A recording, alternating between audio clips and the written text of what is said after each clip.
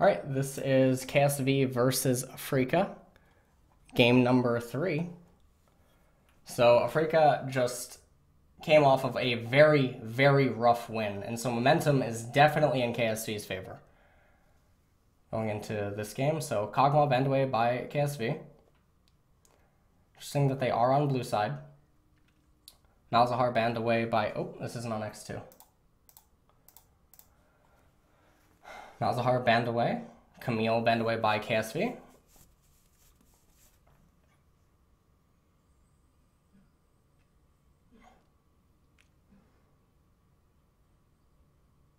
Sejuani now. You can see Haru looks a little bit distraught.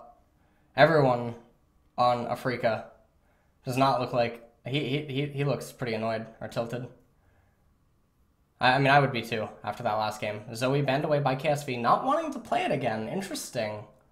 Instead, they just want to say, you know what, give me that Azir.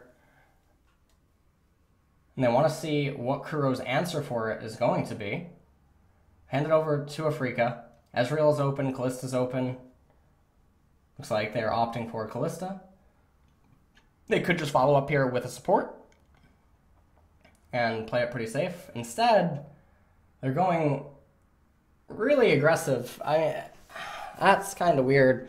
Ezreal gets to go Iceborne Gauntlet if he wants it, if they want to go Ezreal. Instead, it looks like they want to go Varus, but this really sculpts and forces your team composition much faster than I would like. Early Kha'Zix picks are so peculiar. Rengar actually picked up. We're not going to have Jax, no Shyvana this game, even though you're likely going to have a Lane Kingdom up in top. They let Afreeca go for the Gnar, probably giving option to Afreeca if they want like Gangplank or Gnar. Afreeca bans away the Gangplank. They don't want to play against the stall. So maybe looking for a knife fight up in top lane. It's met with a Veigar ban, so that is the common answer to Azir. Kassadin's still open, LeBlanc's still open. I mean, there's other champions too that you can pick against it. Jace now being banned away, so definitely just trying to net Keen an advantage up in top lane. And KSV bans away the Galio, so they're trying to attack pieces, and it looks like they're going to go with Kassadin. Now, the thing is that KSV can probably anticipate that something like this is already coming, so it's not like it's really throwing a wrench into the pick ban. KSV might just bite the bullet on the Gnar matchup up in top lane. They're going to go for the Spellbook Ornn as a way to mitigate the pressure that Gnar is able to exert out. And now, their team composition in the late game is insane. They can kite backwards against you. They have anti-engage, but they can also bring just a freight train your way inside of Rengar and Ornn. And even if you want to try to get onto Varus or try to slip one of your carries in, Braum's there to protect them. So they have a lot of angles of approach, and given that they are on blue side, remember how the map is, this makes it super, super difficult for Afreeca to gain any control over the blue side jungle. So now you're going to be able to just plant Crown in top. You're going to be able to plant Crown up here. You can plant Ornn down here. Gnar's not going to be able to move him, and you plant the bottom lane in mid, and you stall out the game, and Afreeca doesn't have an answer.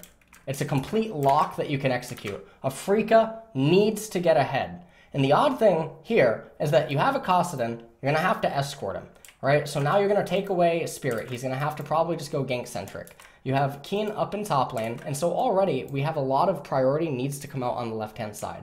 The Taric is cute, but because there's so much periodic damage coming out of the Azir and out of the Varus, it doesn't matter. Champions that deal periodic and they can actually deal with not just getting all their damage out in one go, they can handle Taric.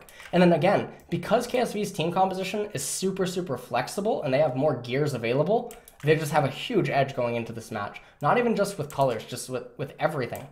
So a lot of pressure on Kuro and Keen to get ahead, and it's going to be, I mean, Kramer and Tushin, in theory, should probably be on their own in bottom lane, and so they have to know that going into this. They need to get ahead from top and mid. They have to put Azir in the grave, because even if you put Ornn in the grave, if Azir is still strong, you can't really do anything to him.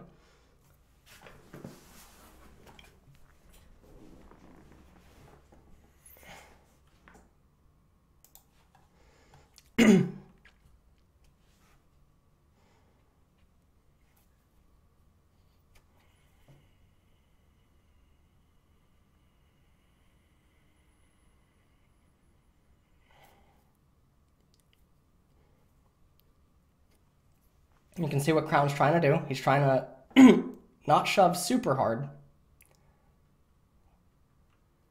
Keeping the lane here. And this will make it a lot easier for him to do stuff at level 2 if Kuro ends up misstepping. Meanwhile, look at the jungler roots. So you have a red Wraith and blue clear coming out of Haru. And he goes immediately over to the Scuttle Crab. Now he's pathing up into top, around, and now he's gonna... So, okay, we've seen this route before. Okay, not completely exact, but what it's meant to do is it's meant to basically protect Crown in the mid lane. Kha'Zix can't enter on the left-hand side.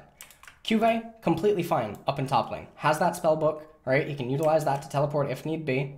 Keen needs to get pressure. Keen's not going to get any help. And now it's forcing Spirit into this farming version of Kha'Zix, which he doesn't have.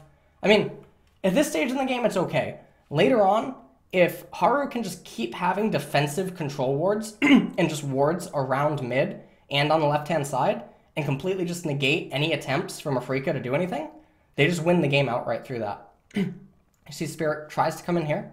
Crown not even forced to blow a sum. And the problem with this, just watch the gank one more time. See, right here, let's just take a look at something. Now, if Spirit just stays around here and doesn't let Crown back into the lane, this pushes in for Kuro, and Crown doesn't have a spellbook. So he's not going to absorb any XP, but the lane's going to go into Kuro, and Crown's getting zoned out. This would be a version of a prank. For him to come in immediately and then just leave, that doesn't make any sense. Spirit's gank right there, not getting a lot of value, looks pretty tilted. Comes over, he gets Scuttle Crab.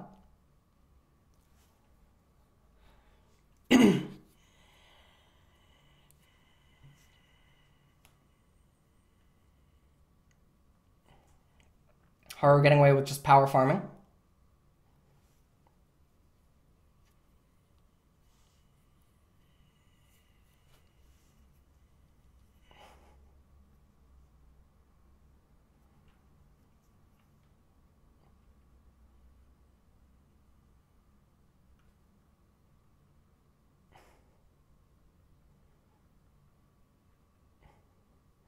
You can see what Kuro's trying to do that's actually pretty good, but it doesn't really matter against Azir. And now they're going to open up Azir. So Haru comes mid, helps Crown shove out, grants him basically immunity from anything, and gets him the recall.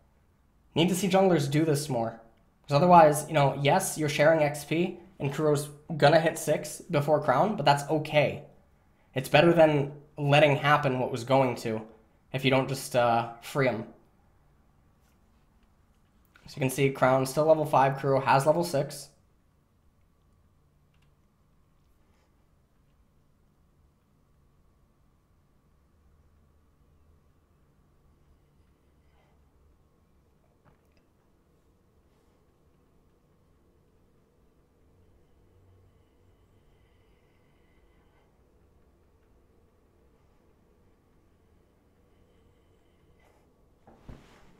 Bottom lane going pretty even. Afreeca, they can't let this happen. Even games benefit KSV.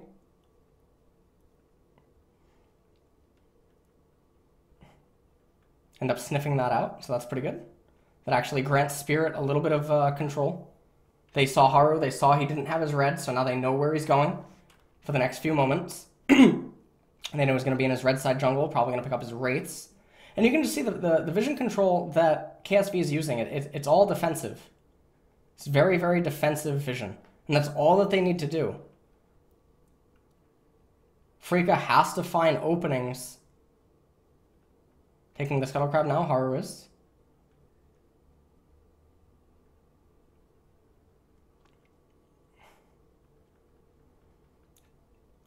Ended up missing his bola. It's okay. We'll just say that those species of wolves were not affected. We're going to hand over the blue to Crown.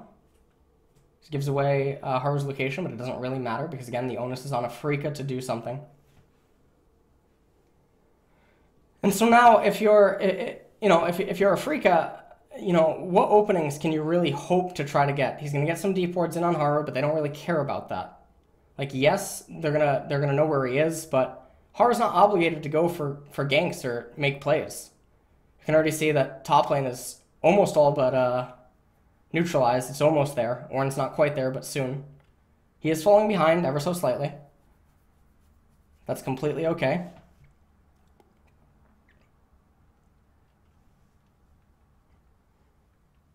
Nothing ends up happening. And so these are those spots where, you know, you wish that Kha'Zix was probably a different champion.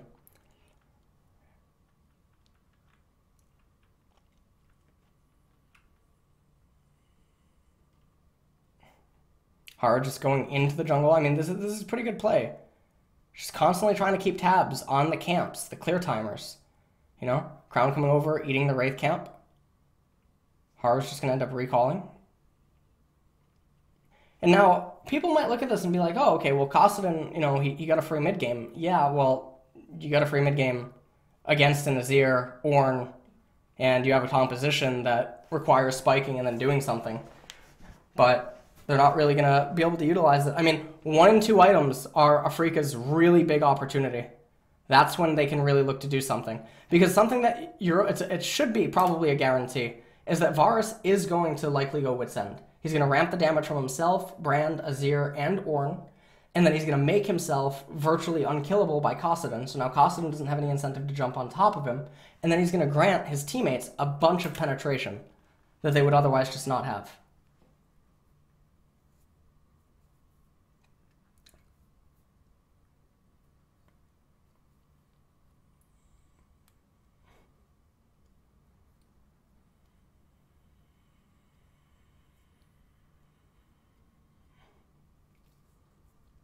Trying to fight over the blue.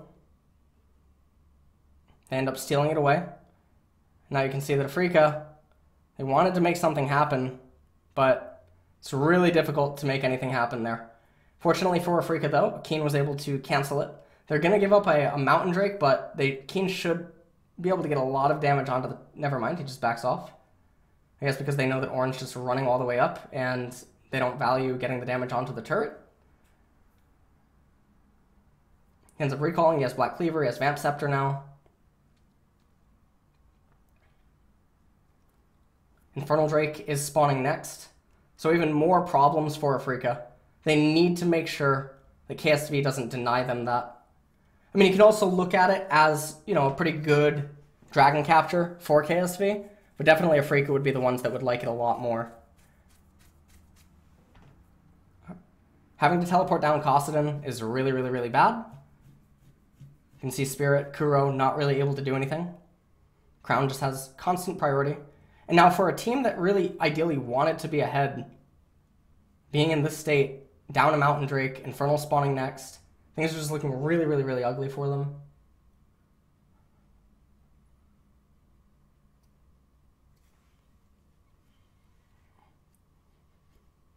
Here comes a play. They shove in mid lane, and you can see that Spirit has control in the jungle.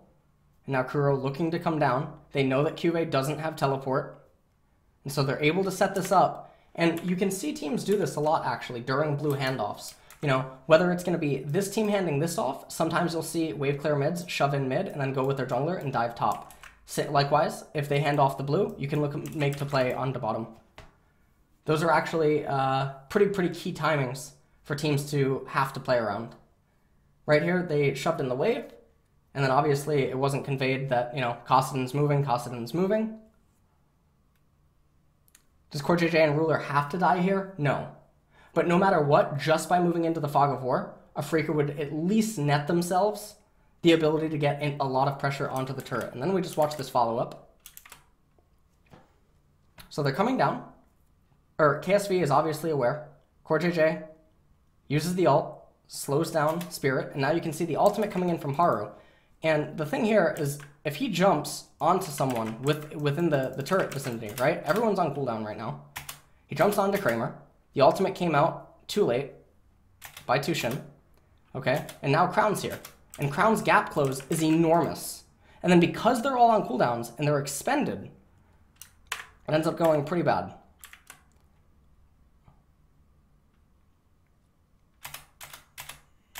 So right here, they push on for core JJ. They don't need to do that.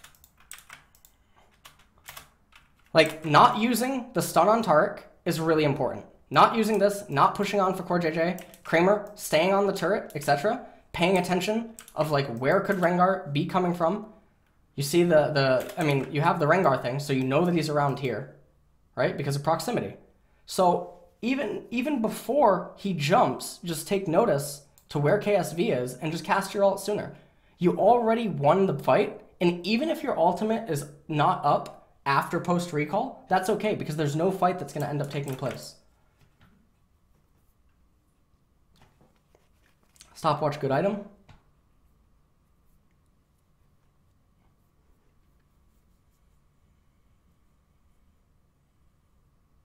Oh, KSV.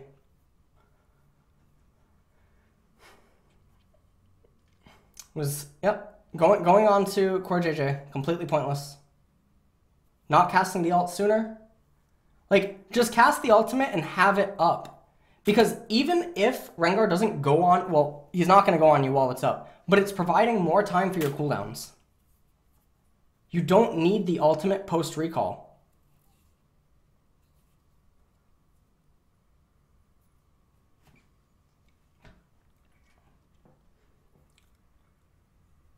Crown able to get out of there.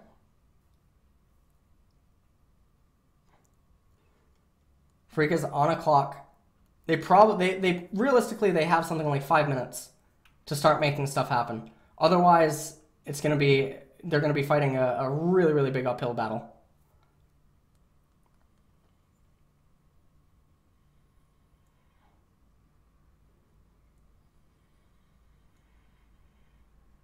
There's a really nice dodge by Keen.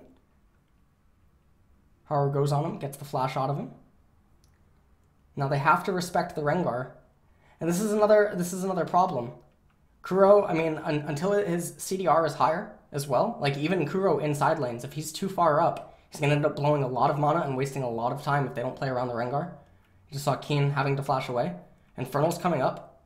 Cuvée has teleport, so does Kuro. Kuro's going to end up expending quite a bit of mana here. He's going to obviously want to recall before the Infernal, but now they're delayed on tempo. And then look at this. Kramer and Tushin just recalling. And it's like, what is Afrika doing? You can't just give up an Infernal here. Varus just got 10 AD. Wait, let me take a look. Varus got 10 AD, 6 AP from the Guinsus. Azir just got an enormous amount of gold. Rengar getting so much benefit.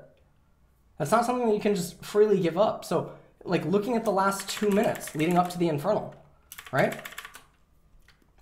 Take a look at this. Spirit's farming. Keen was pushed up. Obviously, he did not want to die here. So he ends up flashing away. And then look at what's happening in mid lane.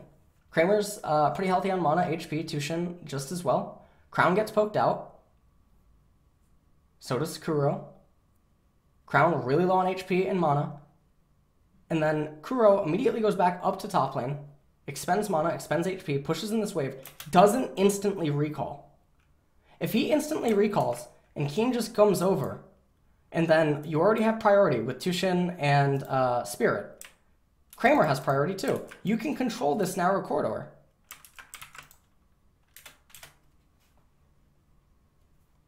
But instead, Spirit's recalling. And it could be, like, what did he just get? Let's see.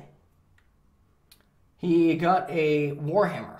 That was important. That was very big. I'm sure that was going to make or break the fight. Just losing out on so much tempo. They got a turret. The turret doesn't matter. The stat, look at that, 224 AD before Infernal Drake. So insane, the value.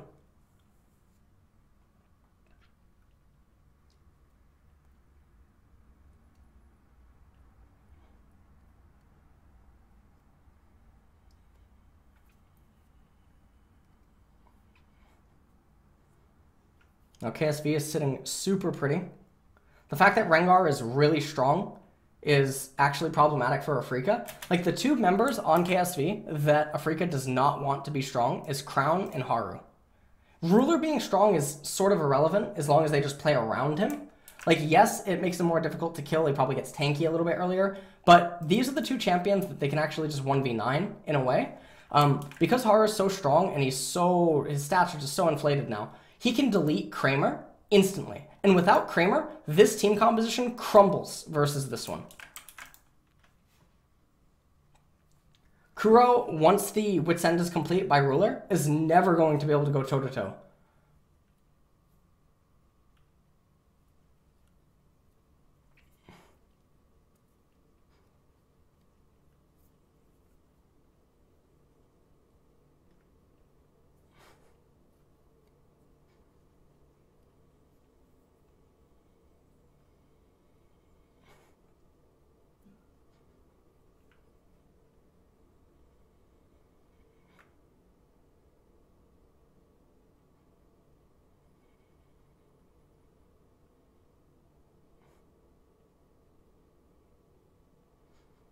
Tier 1 turret going to be falling. You see they cast the ultimate.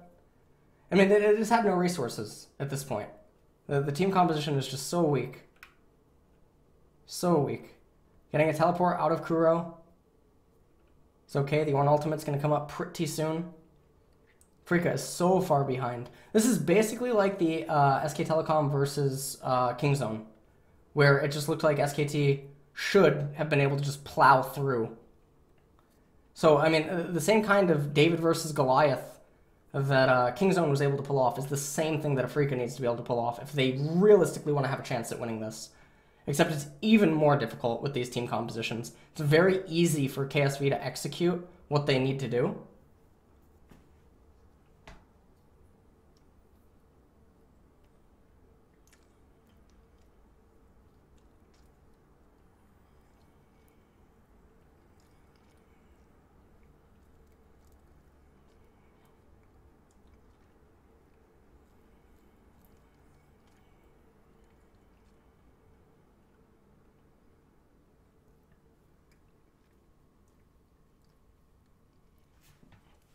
Keen finally going to be able to get bottom tier 1, but the dilemma is that he just doesn't raise turrets quick enough. Kuro trying to get crown, not going to find anything there. And then it's like, what are you doing here? Like, what is that? What is this teleport? What? It just looks like total desperation. And I mean, of course, it's understandably so, you know? After Kuro botches this, or, you know, nothing's going to end up happening, Kuro's going to recall, and then the rest of KSV and Co. are just going to come up, and they're going to push with the, you know, the wave, and they can get this. And it doesn't even matter what's happening down in bottom, because Cuvée is just going to hold, right? So what's the response from Afreeca? I mean, do you draw every member top and then lose out on the wave in mid? You know, do you lose out on opportunity elsewhere? It's a pretty big pickle.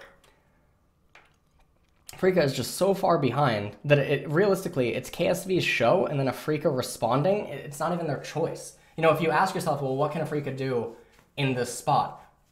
No, nothing. David versus Goliath is what they can do. They have to weasel their way out mechanically. They have to juggle super delicate, like, timings. They could start with a Baron steal. That would have been one. Even if they steal the Baron, can they push with it? Kind of, yeah. But it's an Azir, so it's quite good at, like, resisting. Don't forget that Infernal Drake, it keeps ramping. So KSV, I mean, their champions are better with gold, they're ahead in gold, and they have the Infernal Drake with the better team composition. It's just a nightmare.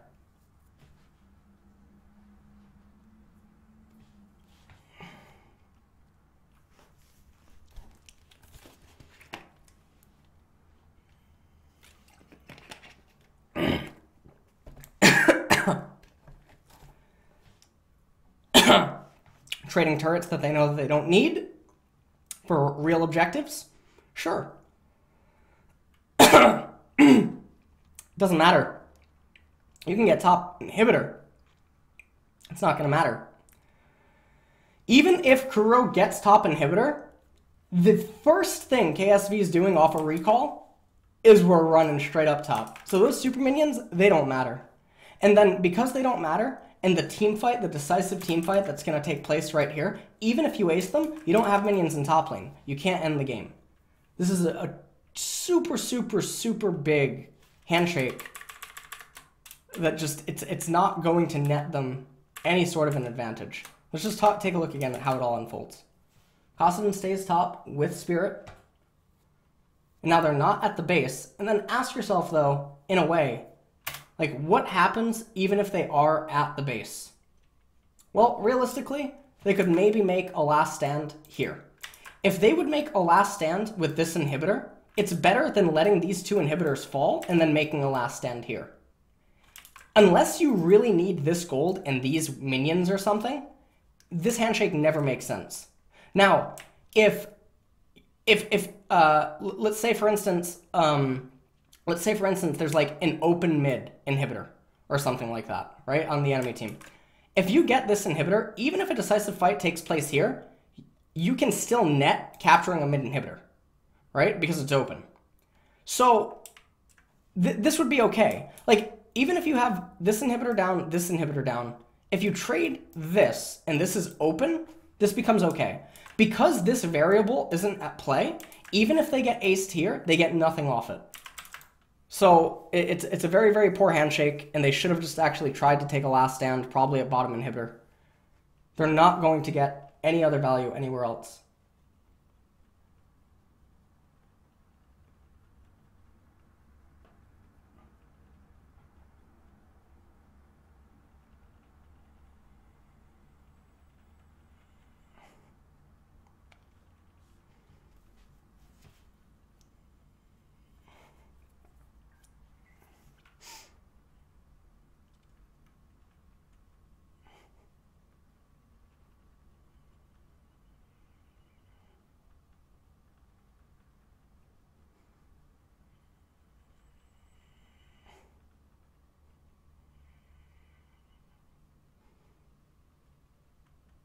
Now what? Now you're dealing with two super minion, or you're dealing with two lanes. And now what? You're going to take the death fight here? Great. Excellent. Glad to see it. Cool. Awesome. So even if you won this fight, what do you hope to achieve? Nothing. You don't get anything. Great. Should have probably had this fight a little while ago at the bottom inhibitor. Even if it ends up going completely awry, at least if you defend with that one, you have something to bite back against. KSV takes the series 2-1. Afreeca just looked completely out of it in Game 3. Game 3 was also by far their worst draft team composition. I mean, we're seeing this a lot with how stagnated the games can be because of the mid lane meta, the top lane meta, Targons, affecting bottom lane, because of some of the new things that are happening with, Spellbook and whatever. The buff to the turret HP and stuff actually being a pretty big buff to competitive, especially for mid, if the mid meta is control utility mid laners. We're seeing more of actual reliance on compositions become increasingly more important. So it's these games are just reaching this stage, and then obviously Korean teams, they keep getting better every year. Season 8, pretty good. So KSV takes it down.